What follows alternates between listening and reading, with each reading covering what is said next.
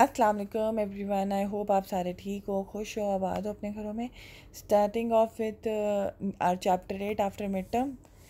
Final term की तैयारी कर रहे हैं, but you all know mid term के भी चैप्टर्स इंक्लूडेड होते हैं, तो वो भी आप रिवाइज करते रहिएगा। चैप्टर 8 का नाम है organising, it is the function of management. And इस चैप्टर में हम क्या पढ़ेंगे, let's start with it.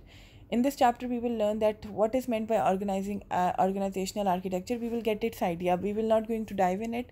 Just इसका idea लेंगे. It is not included in your outline. Explain the advantages and disadvantages of centralization and decentralization, and discuss the pros and cons of tall versus flat structures. इसका भी हम एक idea ले लेंगे, but it is not included in your course outline. Outline the different kinds of structure a firm can operate within and explain how strategy should determine structure. Describe the different integrating mechanisms managers can use to achieve coordination within a firm, and explain the link between strategy, environment, and integrating mechanisms. So let's begin with the chapter. Starting off with the architecture, the totality of a firm's organization, including formal organizational structure, control system, incentive systems, organizational culture, and people. Organisational architecture हमने last chapters में भी पढ़े थे कि जो पूरा structure होता है, कंट्रोल सिस्टम होते हैं, इंसेंटिव सिस्टम होते हैं, कल्चर्स होते हैं, लोग होते हैं, जो टोटलिटी ऑफ अ फर्म की ऑर्गेनाइजेशन होती है उसे ऑर्गेनाइजेशनल आर्किटेक्चर कहते हैं. स्ट्रक्चर क्या होता है?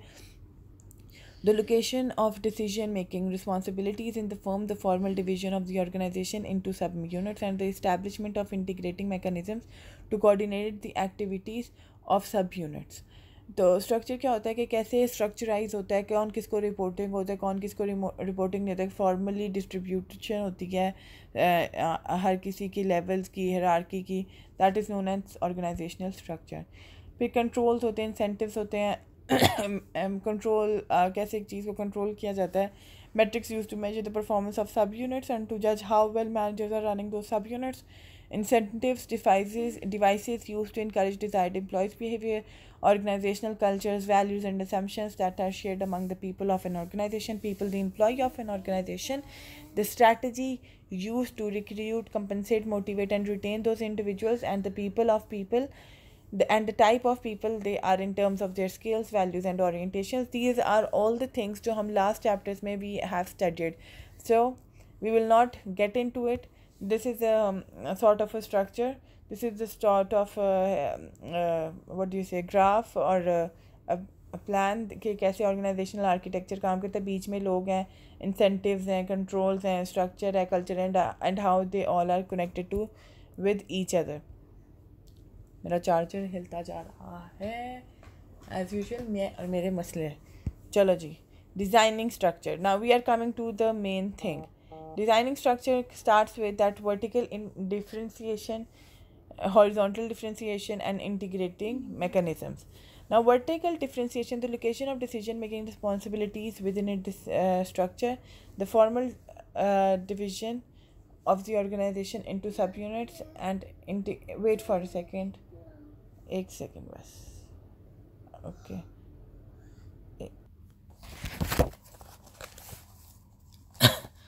जी, अस्सलाम वालेकुम. Sorry for that. अब तो आप लोग वैसे यूज़ भी हो गए ये सबके. ये छोटी छोटी एमरजेंसीज आती रहती हैं ज़िंदगियों में मेरी. चलें बिस्मिल्लाह करते हैं फिर से. वर्टिकल डिफरेंशिएशन पे थे. वर्टिकल डिफरेंशिएशन क्या होती है कि हम कैसे डिसीजन मेकिंग जो है, ठीक है, वो कैसे स्ट्रक्चर, डिसीजन मेकिंग की जो रिस्पॉन्सिबिलिटी है कैसे स्ट्रक्चराइज की जाती है. इसमें आ जाता है जिस तरह सेंट्रलाइजेशन, रीसेंट्रलाइजेशन, एंड कितने नंबर ऑफ लेवल दैट जो नंबर ऑफ लेयर्स होंगी हायरार्की में वो कितने होंगी. दैट वेदर द ऑर्गेनाइजेशन की जो हायरार्की है वो टॉल होगी या फ्लैट होगी. टॉल मतलब या बहुत ज़्यादा उसमें लेवल्स होंगे या नॉर्मल लेवल्स होंगे. हॉरिजॉन्टल डिफरेंशिएशन आ जाती है the formal division of the organisation into sub units के उसके कितने सब यूनिट्स बनते हैं आगे. And then integrating mechanisms which are mechanisms for coordinating sub units के वो जो सब यूनिट्स हैं आपस में कैसे करेंगे communicate. We will discuss all of this further with starting with the vertical differentiation which is centralization and decentralization. बिस्मिल्लाह करते हैं इनसे भी. सेंट्रलाइजेशन एंड डिसेंट्रलाइजेशन क्या होती है जी.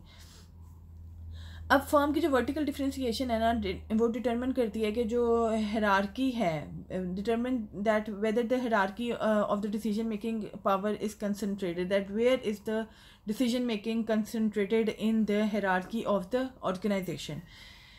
Like for example कि प्रोडक्शन और मार्केटिंग के जो डिसीजंस हैं क्या वो सेंट्रलाइज्ड हैं अपर लेवल मैनेजर्स के, और are they decentralise at the low level management, they can take their decisions at their selves, और are they are bound to follow the commands, the decisions coming from the higher authorities.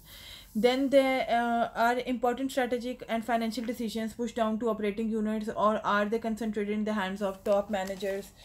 These are all questions that come under the vertical integration or differentiation. Centralization क्या होती है? Centralization is the concentration of decision making authority at a high level in a management hierarchy. जो usually होता है कि जैसे घर में अबू लास्ट जो कहते हैं वो होता है. Decentralization क्या होती है? You have some authority to the lower level of the management, vesting decision making authority in lower level managers, and sometimes organizations try to cope up with both of them. They try to mix that some decisions are centralized, some decisions are decentralized. It depends on the on the structure of different organization, on the nature of the organization, on the values. Now there are different arguments coming for centralization. There are different arguments coming for the decentralization. Let's start with the arguments of centralization. Centralization can facilitate coordination. अब centralization से क्या होता है कि क्योंकि ऊपर से order आ रहे होते हैं, ठीक है, तो इससे क्या होता है कि जो कोऑर्डिनेशन है वो फैसिलिटेट हो जाती है कि आपको पता होता है कि आपने क्या काम करना है, ठीक है, that is easy for you to handle it, ठीक है, कि आपको पता है आपने क्या करना है, आप वो करेंगे, आप पीछे हो जाएंगे. सेकंड क्या होता है कि it helps to ensure that decisions are consistent with organisational objectives. अब आप जो डिसीजंस ले रहे हैं वो आप ऑर्गेनाइजेशनल की ऑब्जेक्टिव से करेंगे, लेकिन जब ये डिसीजंस जो हैं डिसेंट्रलाइजेड होते हैं to the lower management, manager जो हैं बाज़ वक़्त ऐसे डिसीजन बना लेते हैं जो टॉप मैनेजर्स के गोल से मैच ना कर रहे हो. सो सेंट्रलाइजेशन क्या करती है? इंपॉर्टेंट डिसीजंस जो है वो मिनिमाइज़ करती है चांस के ऐसी अकरिंग हो कि वो उसके साथ वो ना करें चेंज ना हो उससे. जो मेजर स्ट्रैटेजिक डिसीजंस हैं वो सेंट्रलाइज्ड ही होने चाहिए, ठीक है, क्योंकि इससे क्या होता है इंटायर ऑर्गेनाइजेशन जो होती है एक ही डायरेक्शन में जा रही होती है. अगर ऐसे आप नहीं करेंगे तो सारी ऑर्गेनाइजेशन जो है किसी और ही डायरेक्शन में चली जाएगी, ठीक है. थर्ड क्या होता है? Centralization can avoid duplication of activities by various sub units within the organization. अब इसका क्या मतलब है? फॉर एग्जांपल के जो रिसर्च एंड डेवलपमेंट का आपका जो फंक्शन है वो एक या दो लोकेशंस में है. सिमिलरली प्रोडक्शन एक्टिविटीज़ में भी centralise at key locations to eliminate duplication, attain economies of scale and lower cost. इसी तरह परचेजिंग में होता है कि परचेजिंग वाले क्या करेंगे? इकोनॉमीज ऑफ आप क्या करेंगे? इकोनॉमीज ऑफ स्केल या लोअर कॉस्ट करने के लिए आप एलिमिनेट करेंगे, डुप्लीकेशन ना हो. अगर डुप्लीकेशन होगी तो आपकी प्राइसेस ज़्यादा लगेंगी, पैसे ज़्यादा लगेंगे. Then the fourth, by concentrating power and authority in one individual और a managerial team, centralisation can give top level managers the means to bring about needed major organisational change. Usually क्या होता है कि अगर आप सेंट्रलाइज चल रहे हैं तो आपको जो चेंज चाहिए, जो चीज़ चाहिए, आप वो निकलवा सकते हैं फ्रॉम दी ऑर्गेनाइजेशन. बट अगर डिसेंट्रलाइजेशन है तो थोड़ी सी अथॉरिटीज़ में फिर डिफ्रेंसीशन आ जाता है, थोड़ा सा आपका फिर रिजल्ट्स में भी डिफ्रेंसीशन आता है. तो ऑफन फर्म्स क्या करती हैं? To transform their organisation centralise power and authority in a key individual और a group who then sets the new strategic direction for the firm and redraws organisational architectures.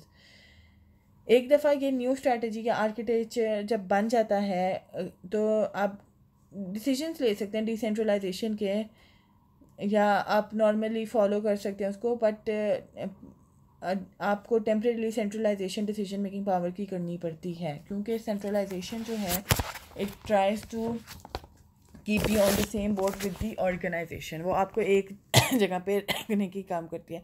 अब ऊपर से स्ट्रैटेजी आ रही है, अब जो भी डिसीजन मेकिंग होगी वो उसी स्ट्रैटेजी से अलाइंड होगी, ठीक है. So these are arguments for centralisation. Arguments for decentralisation देख लेते हैं. अब डिसेंट्रलाइजेशन में क्या होता है कि आपको एक स्ट्रैटेजी मिल गई. अब आप अपने यूनिट में, आप अपने डिपार्टमेंट में, आप अपने मैनेजमेंट में you are responsible for the decisions, ठीक है. Top management can become overburden when decision making authority is centralise. अब अगर जो सेंट्रलाइज कर दी जाए। अब टॉप लेवल मैनेजमेंट को सिर्फ ये मसले नहीं देखने, उनको और भी मसाइल देखने हैं, उनकी और स्ट्रैटेजीज बिल्ड करनी है, उन्होंने और लेवल पे कम्पीट करना है। अगर वो इन चीज़ों में पड़ जाएंगे तो क्या होगा, वो ओवर बर्डनाइज्ड हो जाएंगे। तो motivational researchers favour decentralisation. Okay, तो डिसेंट्रलाइजेशन का अपना एक फ़ायदा। अब मैं बच्चों को अगर एक प्रोजेक्ट दूँ और मैं सब सेंट्रलाइज कर दूँ, मैं उनको कोई चांस ना दूँ कि वो सोच भी सकें, ये भी कर सकें, वो भी कर सकें, वो सिर्फ मेरे रूल्स को फॉलो कर रहे हैं, they are abided to my rules, my procedures, whatever I am saying. तो इससे क्या होगा, they will not polish their skills, they will not innovate themselves, they will not try to do something new for themselves, they will just be following the rules. तो motivational research follows क्या होते हैं, वो कहते हैं decentralisation होनी चाहिए। Decentralisation permits greater flexibility, more rapid response to environmental change. अब टॉप मैनेजमेंट को नहीं पता कि जो सेल्स या मार्केटिंग वाला डिपार्टमेंट कर रहे हैं, वो अब कहते हैं कि आपने ऐसी इतनी सेल्स ग्रो करनी है, ठीक है, इधर इधर सेल्स करनी है। अब जो डिस्ट्रीब्यूटर्स हैं वो बताते हैं कि इधर आपको सेल्स इस पर्टिकुलर एरिया में सेल्स करने का फ़ायदा ही नहीं है। अब टॉप लेवल मैनेजमेंट तो अपनी एक विजन से आपको कह रहे हैं कि आप इधर करते हैं। आप जब प्रॉपर रिसर्च करते हैं कि इधर करने का कोई फ़ायदा नहीं है, हमारी इधर चीज़ सेल नहीं होगी, तो आपके पैसे ज़ाया होंगे। तो it gives you greater flexibility कि आप जो इन्वायरमेंटल चेंजेस हो रहे हैं, फ़र्ज़ करें कि आपने एक मार्केट में अपना प्रोडक्ट लॉन्च किया। अब आप देखते हैं कि यार ये इसके साथ वाली जो मार्केट इधर भी हमारे प्रोडक्ट बिकने के चांसेस हैं, ठीक है। तो आप क्या करते हैं, आप एक डिसीजन लेते हैं कि यार इधर भी हम अपना प्रोडक्ट लॉन्च करके देख लेते हैं, ज़्यादा नहीं 5% उधर मार्केट में रखवा के देख लेते हैं। तो इससे क्या होता है कि फ्लेक्सिबिलिटी मिलती है, चांस मिलता है to grow, to expand your self, to furnish your product. तो इसे क्या होता है, आप रैपिडली इन्वायरमेंटल चेंजेस को रिस्पॉन्ड कर सकते हैं। अब पहले आप बैठें कि ऊपर से ऑर्डर आएंगे तो काम होगा, तो फिर ऐसे आप डिलेड हो जाएंगे, पीछे रह जाएंगे।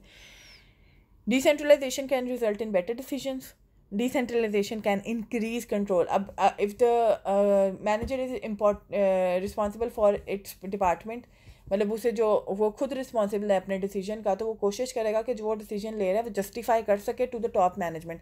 अब टॉप मैनेजमेंट ने अब मैं एक असाइनमेंट देती हूँ बच्चों को, ठीक है, ये इजीली समझाने के लिए मैं कह रही हूँ। अब वो बच्चे कहते हैं, मैं कहती हूँ ऐसे ही करना है, इसके अलावा मैंने किसी की नहीं सुनी, करके मुझे देते हैं। बच्चे ट्राई टू कम्युनिकेट मी, मैं बिज़ी होती हूँ, मैं हफ्ता मैं बिज़ी होती हूँ, बच्चे वो नहीं हो पाता उनसे कोई वजह से, कोई ने कहा यूनिवर्सिटी लेटर इशू नहीं कर रही होती, वो कह रहे थे यूनिवर्सिटी से लेटर लाएंगे तो हम आपको इंटरव्यू करेंगे, कंपनीज वाले एक्सेट्रा एक्सेट्रा। तो इससे क्या होता है, इससे ये होता है कि आपको अब कंट्रोल मेरे हाथ में था, सेंट्रलाइज था सब। अब आप खुद डिसीजन नहीं ले सकते थे। अब आपका जो ग्रुप लीडर था वो बेचारा डिसीजन ले ही नहीं सकता, वो कहता था, वो बैठा हुआ था, मिस बताएंगे तो मैं करूँगा। तो इससे क्या हो गया, डिलेड हो गया काम। अब अगर मैं ये कहती कि मैंने कि आप बच्चे आपको असाइनमेंट दी है, ये असाइनमेंट आपने जैसे करानी है, आप जाना आपका काम जाने, ये बच्चा ग्रुप लीडर है, ही विल बी अकाउंटेबल और she will be accountable for the entire group. अब जब भी कोई बात होगी, अब हफ्ते बाद मैं आई, बच्चे ने कहा बिजनेस ऐसे हुआ, मैं बोलूँगी हाँ बच्चे क्या था, आप रिस्पॉन्सिबल थे, अगर इस कंपनी से आपको नहीं मिला फलानी जगह चले जाते, आप फलानी जगह ऐसे कर लेते। So the same thing is with the decentralisation के देन जो अगर डिसीजन ऊपर से आ रहे हैं, the accountability goes to the upper level management. But if the accountability the decisions are of the same manager, जो आपके ही लोअर लेवल मैनेजमेंट में या मिडिल लेवल मैनेजमेंट में, so the accountability comes to him that he is responsible for it. और इस तरह वो control कर सकता है कि मैंने ये डिसीजन लिया है, तुम लोग ये काम करोगे क्योंकि मैंने इसको जस्टिफाई करना है। अब ये कह रहा है centralisation versus decentralisation in purchasing. Centralise for greater cost control and corporate leverage. वो कह रहा है अगर आपको ग्रेटर कॉस्ट में बहुत ज़्यादा कंट्रोल चाहिए तो और कॉर्पोरेट को लीवरेज हो उस पर, तो सेंट्रलाइज्ड डिसीजंस रखने चाहिए। Decentralise for nimbler procurement responsiveness. अगर आपको निम्बलर प्रोक्योरमेंट रिस्पॉन्सिवनेस चाहिए तो आप अपने डिसीजंस को डिसेंट्रलाइज कर लें। मैं निम्बलर का आप लोगों को भी मीनिंग बताती हूँ, रुकिए ज़रा। निम्बलर मतलब रिस्पॉन्सिवनेस, अच्छा, ज़्यादा जल्दी, ये वो। तो अगर आपको प्रोक्योरमेंट ज़्यादा मतलब कि रिस्पॉन्सिवनेस चाहिए कि वो अच्छे से ज़्यादा एफिशिएंटली काम करे, तो डिसेंट्रलाइज रखो। Centralise procurement of common products. जो कॉमन प्रोडक्ट्स हैं जो आपको पता है ऐसे ही चलने हैं, ये ही रहना है, इसमें इतनी रैपिडली चेंज नहीं है, कुछ नहीं चाहिए, तो आप उसको सेंट्रलाइज रखें। Decentralise procurement of specialise products, जो स्पेशलाइज प्रोडक्ट्स हैं जो बहुत स्पेशलाइज हैं, जिसमें आपको पता है कि चेंजेस आ रहे हैं, डिफरेंट कंपेटिटर्स आ रहे हैं, इसमें हमें compete करना है, डिफरेंट हमें लोगों को compete करना पड़ेगा, डिफरेंट लोगों को आंसर करना पड़ेगा, ये वो, उसके लिए आप क्या रखें, डिसेंट्रलाइज रखें। Align purchasing structure with corporate strategy, structure and size, जो परचेजिंग स्ट्रक्चर्स हैं उनको आप कॉर्पोरेट की स्ट्रैटेजी, जो उसने स्ट्रैटेजी बनाई है उसके स्ट्रक्चर और साइज के साथ अलाइंड रखें।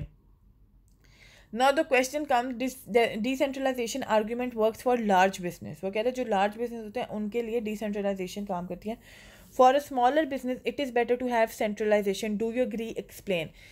Now this is the question, and here we are going to end up this video for today's lecture. This is the question you have to answer me in today's lecture. That was it for today. हर बच्चे से question किया जाएगा और उसका answer उसने 1 paragraph में मुझे देना है। Thank you very much for today. हम फर्दर आगे पढ़ेंगे, कोई क्वेश्चन होगा हम इंशाल्लाह जूम की मीटिंग में आंसर हो जाएगा। खुदा हाफिज़।